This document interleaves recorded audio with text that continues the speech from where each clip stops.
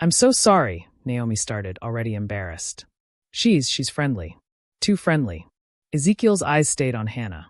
His voice came out rough, like it hadn't been used for anything kind in a long time. I don't cry, he said. Hannah nodded like she believed him and didn't believe him at the same time. That's okay, she said. Sometimes my mom doesn't cry either. But she gets quiet. And when she gets quiet, it means she hurts. Naomi's breath caught. Because Hannah wasn't supposed to know that. Naomi tried to laugh it off, tried to change the moment. Hannah, baby, we don't talk to strangers like that. But Hannah wasn't scared. Not even a little. She pointed at Ezekiel's chest, not touching him, just pointing like a teacher pointing at a picture book. You're sad, Hannah said. You're trying not to be. Ezekiel's mouth tightened. His eyes looked away for half a second. Naomi saw his face properly then. Sharp lines. Dark eyes with tired shadows under them. Not the tired of working too much. The tired of carrying secrets too heavy to put down. His tattoo made him look dangerous, yes, but his eyes made him look lonely. Like he had been alone in a crowded room his whole life. Naomi swallowed. Come on, Hannah. Let's go back to our seat. Hannah didn't move. She just looked at Ezekiel and asked the kind of question that makes grown-ups nervous. Are you hungry? She said. Naomi almost dropped the plastic bag in her hand. Hannah. We have turkey, Hannah added quickly, proud of herself. And pie. Mama said it's not much, but it's Thanksgiving. Ezekiel stared at the food container like it was gold. Then he said something Naomi didn't expect. I don't have anywhere to be. The words landed heavy. Naomi's face softened before she could stop it. She knew that sentence. She had lived inside it after her husband died. 3 years ago, Naomi had been married to a man named Boaz. He wasn't perfect, but he was kind, and he loved Hannah so much that Hannah used to fall asleep on his chest like his heartbeat was a lullaby. Then one day, Boaz didn't come home. A phone call. A long night.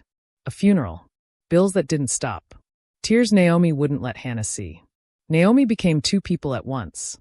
The woman who worked double shifts and the woman who held herself together with prayer and coffee. And Hannah became the kind of child who noticed sadness like some kids notice candy. Naomi looked at Ezekiel's suit, the tattoo, the cold control in his posture. Every smart alarm in her mind told her to take her child and leave. But another part of her, the part that had been saved by strangers before, the part that knew what loneliness could do to a person, whispered something else.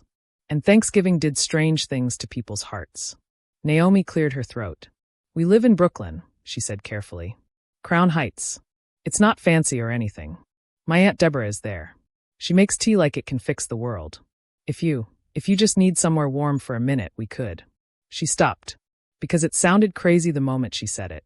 Invite a stranger home. A man who looked like trouble in a suit. Hannah's eyes lit up. Yes, she said, like she had been waiting for Naomi to say it. You can come. We have chairs. Ezekiel's throat moved like he swallowed something hard. He should have said no. He should have stood up, walked away, and disappeared into a car waiting somewhere above ground. That's what men like him did. They didn't sit at kitchen tables with tired nurses and little girls with braids. But Hannah reached out. Her small hand slid into his big hand like she had always belonged there. Ezekiel stared at her fingers on his skin as if he expected them to burn. Instead, they warmed him. He nodded once. Just for a little while, he said. The train came in with a loud screech, doors opening like a mouth. People stepped out. People stepped in. Ezekiel walked onto the train with Naomi and Hannah like he was trying on a new life for size. They rode mostly in silence. Hannah hummed under her breath. Naomi watched Ezekiel out of the corner of her eye, still unsure if she was making the biggest mistake of her life or the kindest decision she'd make all year. Ezekiel sat still, back straight, eyes forward. But his hand stayed in Hannah's, like letting go would mean falling. Outside the windows, the city blurred past, bright and dark, like a moving painting. When they got to Kingston Avenue, the air was colder. The street was alive in a quiet way. Lights in windows. A bodega open on the corner. The smell of food drifting through the night, spicy and warm, like the neighborhood itself was cooking comfort. Naomi's building was a narrow brownstone squeezed between two others. The paint was old.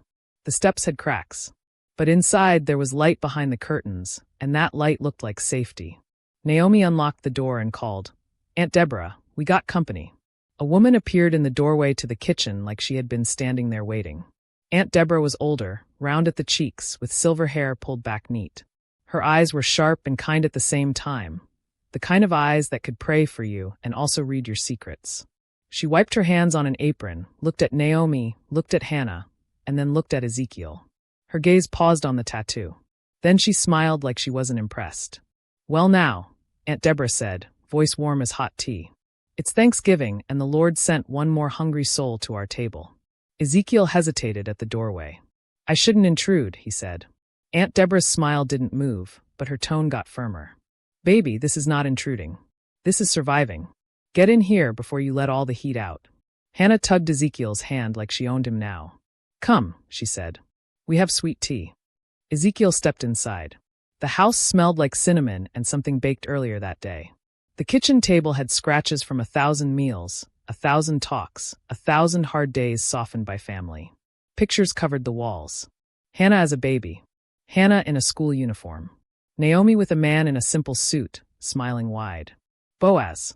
Ezekiel's eyes lingered on that photo for 1 second too long, like he felt the shape of missing people even when they weren't his. Aunt Deborah moved fast, like feeding people was her superpower. "Sit down. Naomi, warm that casserole. Hannah, wash your hands again, because you touched the subway rail and I know what lives on that thing." Hannah giggled and ran off. Ezekiel sat stiffly, like the chair might accuse him of something. Naomi placed a plate in front of him. Turkey sandwich. A scoop of sweet potato casserole. A small slice of pie, already cut in half so it could be shared. Ezekiel stared down at the plate like he didn't remember the rules of eating with people. Aunt Deborah sat across from him, folding her hands like she was about to interview him. "What do you do?" she asked. Ezekiel answered carefully. "I own restaurants." "Restaurants," she repeated. "That's a big word. You cook." He almost smiled. "Almost. I pay people who cook better than me." Aunt Deborah nodded like she respected honesty. "Where you from, baby?" "Here," Ezekiel said. "New York.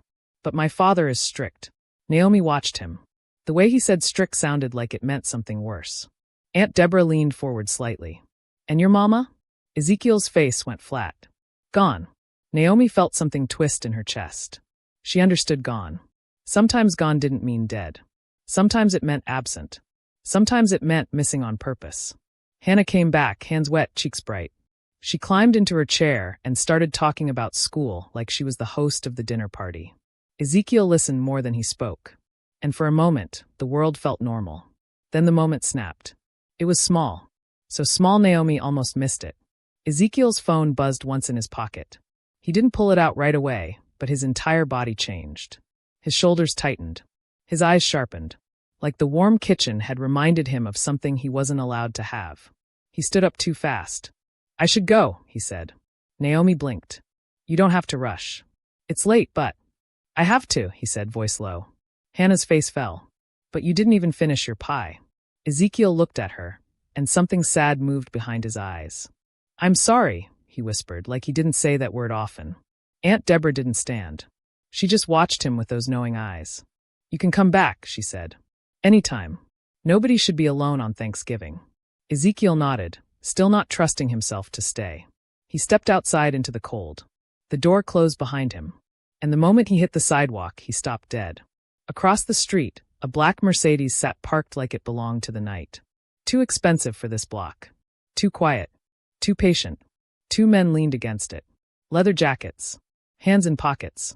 Heads turned just slightly toward Ezekiel, like they had been waiting for him the whole time. Ezekiel's blood went cold.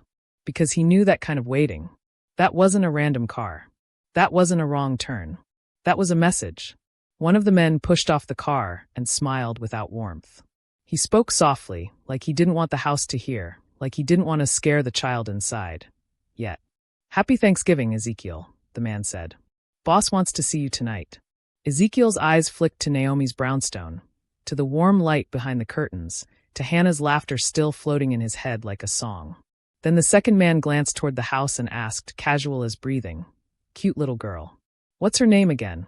Ezekiel's fists tightened, because he hadn't told them her name. And that meant they already knew.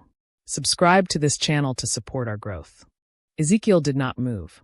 The street felt too quiet, like it was holding its breath. The warm light from Naomi's window glowed behind him, soft and safe, and right in front of him sat the black Mercedes, dark and heavy like a bad thought you could not shake. The man who spoke first smiled again. It was not a friendly smile. It was the kind that dared you to do something stupid. Boss doesn't like to wait, the man said. Especially on holidays. Ezekiel slowly turned his head, just enough to look at both men. He did not raise his voice. He did not show fear. He had learned a long time ago that fear only made predators hungrier. You should leave, Ezekiel said calmly. This is not the place. The second man chuckled and glanced again toward Naomi's house. Relax. We're just talking. No need to scare the neighbors. That was the problem. They already knew where he was. They already knew who was inside. Ezekiel took one step forward, putting his body between the men and the house, like his back alone could block bullets. You have your message, he said. I'll come. The first man's smile widened. Smart choice. They pushed off the car. The door opened. Ezekiel didn't get in yet. His eyes stayed on the front door of the brownstone. Behind that door was a tired woman who had trusted him. Behind that door was a little girl who believed adults when they said, I'm here. He turned back to the men. You don't touch them. Not now. Not ever. The second man shrugged. That depends. Ezekiel's voice dropped lower. It doesn't. For the first time, the man's smile faded just a little. Ezekiel got into the car. The Mercedes slid away from the curb like it had never been there. Inside Naomi's house, Aunt Deborah stood at the window, watching the street through a small gap in the curtain. She didn't say anything when the car pulled away, but her mouth pressed into a thin line. Naomi noticed. Everything okay? Naomi asked, her voice careful. Aunt Deborah turned slowly. That man is carrying trouble like a shadow, she said. But trouble doesn't always mean evil. Hannah tugged on Naomi's sleeve. Is Ezekiel coming back? Naomi hesitated. I don't know, baby. Hannah frowned. He looked sad again.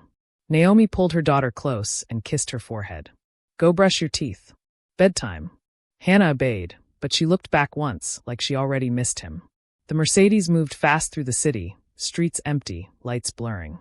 Ezekiel sat in silence, hands folded, breathing slow. His mind worked the way it always did when danger came close. Counting options. Measuring risk. They drove toward the water. Red Hook. Warehouses. Dark roads. Places where sound disappeared. When the car stopped, Ezekiel stepped out without being told. The warehouse stood like a giant box against the night.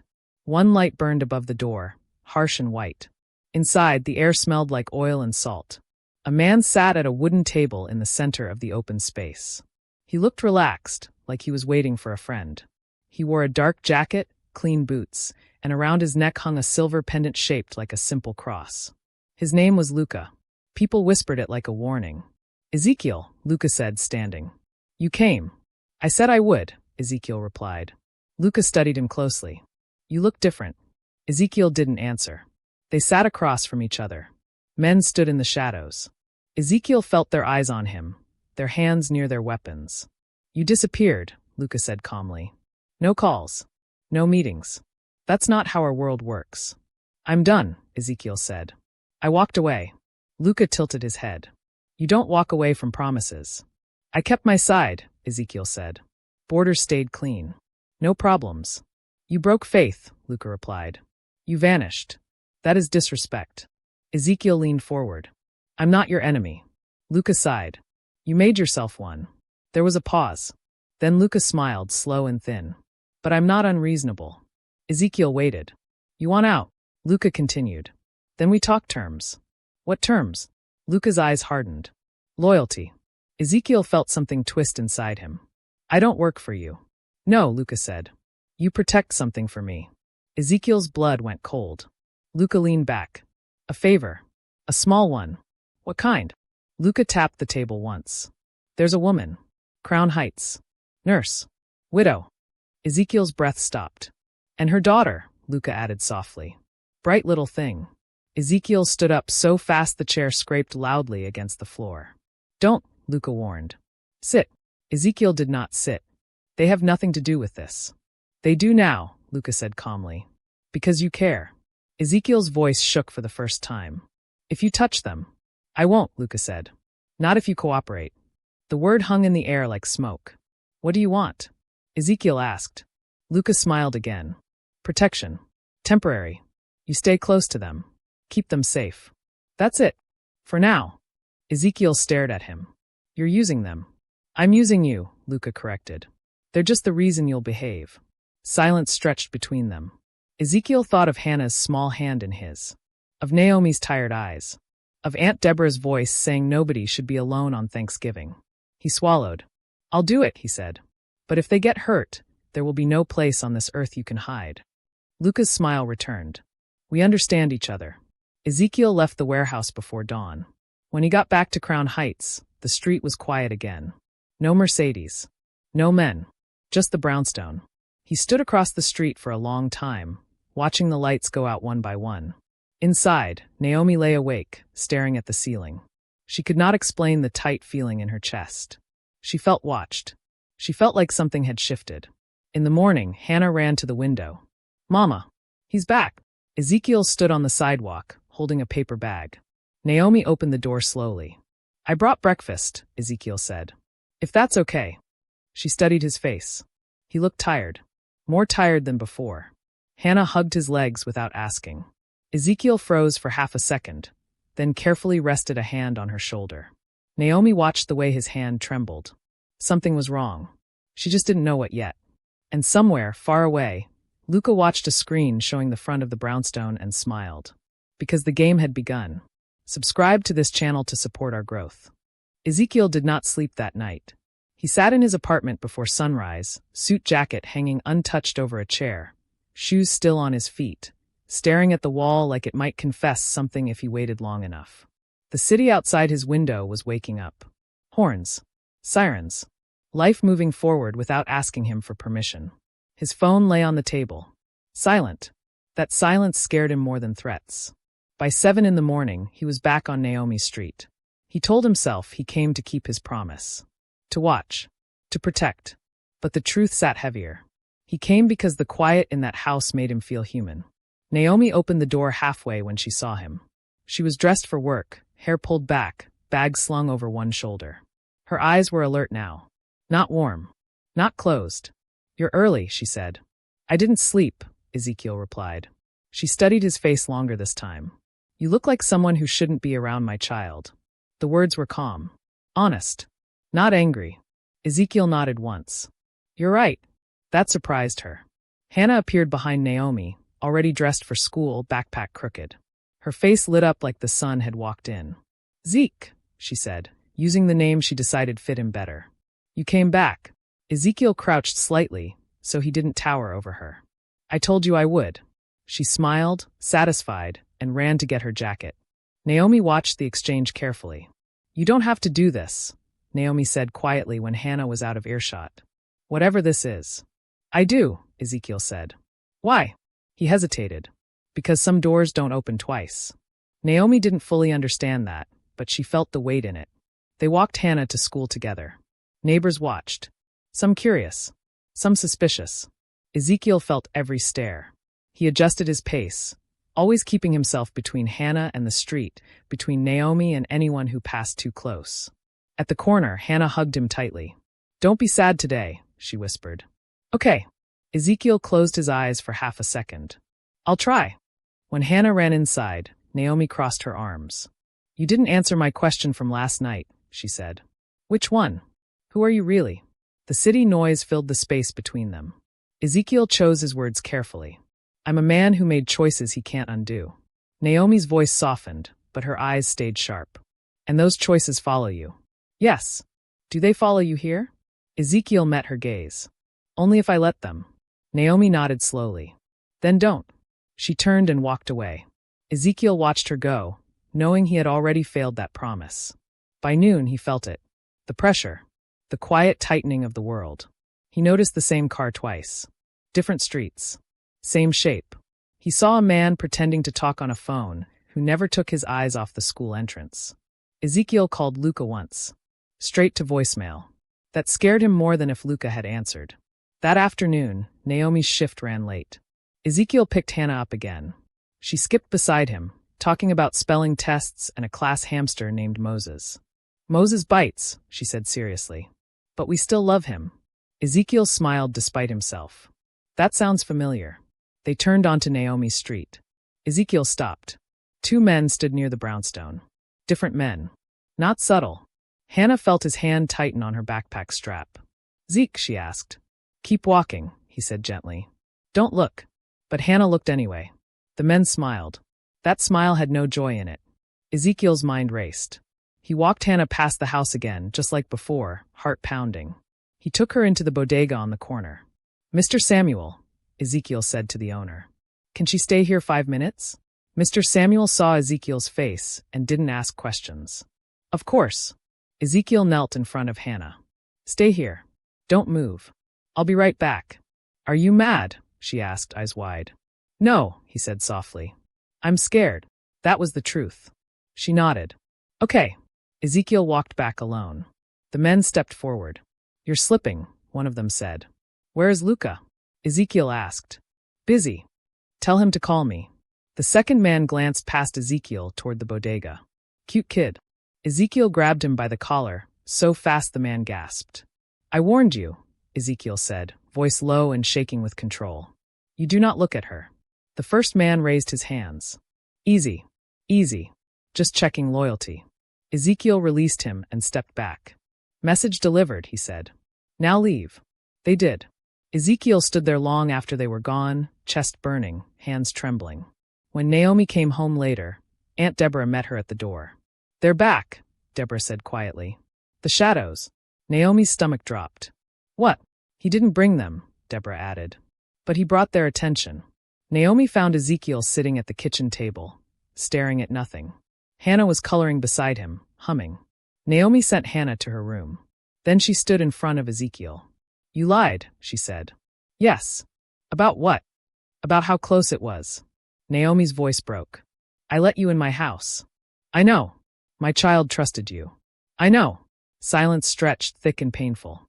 Finally, Naomi asked the question she had been holding since Thanksgiving. "Did you know my husband?" Ezekiel's head snapped up. "No," he said quickly. "But not fast enough." Naomi saw it. Her eyes filled with something sharp. "You hesitated." "I didn't. My husband died 3 years ago," Naomi said, voice trembling. "Wrong place. Wrong time." "That's what they told me." Ezekiel felt the floor drop out from under him. "Naomi, was it really wrong place?" she whispered. "Or wrong people?" Ezekiel stood slowly. "I swear to you, I did not know him." "But you know people who know people," she said. "Yes. And those people hurt people." "Yes." Naomi covered her mouth. Aunt Deborah stood in the doorway, eyes heavy. "Child," she said to Naomi, "you need to hear what he's not saying." Naomi looked at Ezekiel again. "Why are they here?" Ezekiel closed his eyes. "Because I tried to walk away," he said. "And men like me don't get to leave quietly." Naomi shook her head. "You're using us as shields." "No," Ezekiel said fiercely. "I'm standing in front of you. And bringing the fire with you." The front window shattered. Glass exploded inward. Hannah screamed from her room. Ezekiel moved without thinking. He pulled Naomi down, covering her body with his. Gunshots followed. 2, 3. Then silence. Ezekiel lifted his head slowly. Outside, tires screeched. Aunt Deborah grabbed the phone, hands steady despite the chaos. Naomi shook beneath Ezekiel. "Hannah," she sobbed. "Hannah." Ezekiel ran to her room. She was curled under her bed, shaking but unhurt. He scooped her up, holding her like his life depended on it. Because it did. Outside, sirens wailed in the distance. And Ezekiel knew. This was no longer about protection. This was war. And Naomi finally understood the truth she had feared since the subway platform. The man who had brought warmth into her house had also brought death to her door. Subscribe to this channel to support our growth. The sirens grew louder, then softer, then faded into the distance like they had decided this street was not worth the trouble. Glass crunched under Ezekiel's shoes as he moved through the living room. The front window was shattered, cold air rushing in, curtains fluttering like scared birds. The house that had felt warm and safe only minutes ago now felt thin, like its walls were made of paper. Naomi stood in the middle of the room, holding Hannah so tight the little girl could barely breathe. "I'm here," Naomi kept whispering. "I've got you. Mama's got you." Hannah nodded against her chest, shaking but quiet. Brave in the way children are when they don't fully understand danger, only fear. Aunt Deborah spoke into the phone, calm and steady, giving directions, her voice carrying the kind of authority that came from raising children, burying loved ones, and still waking up every morning to pray. Ezekiel stood near the broken window, his back to them, scanning the street.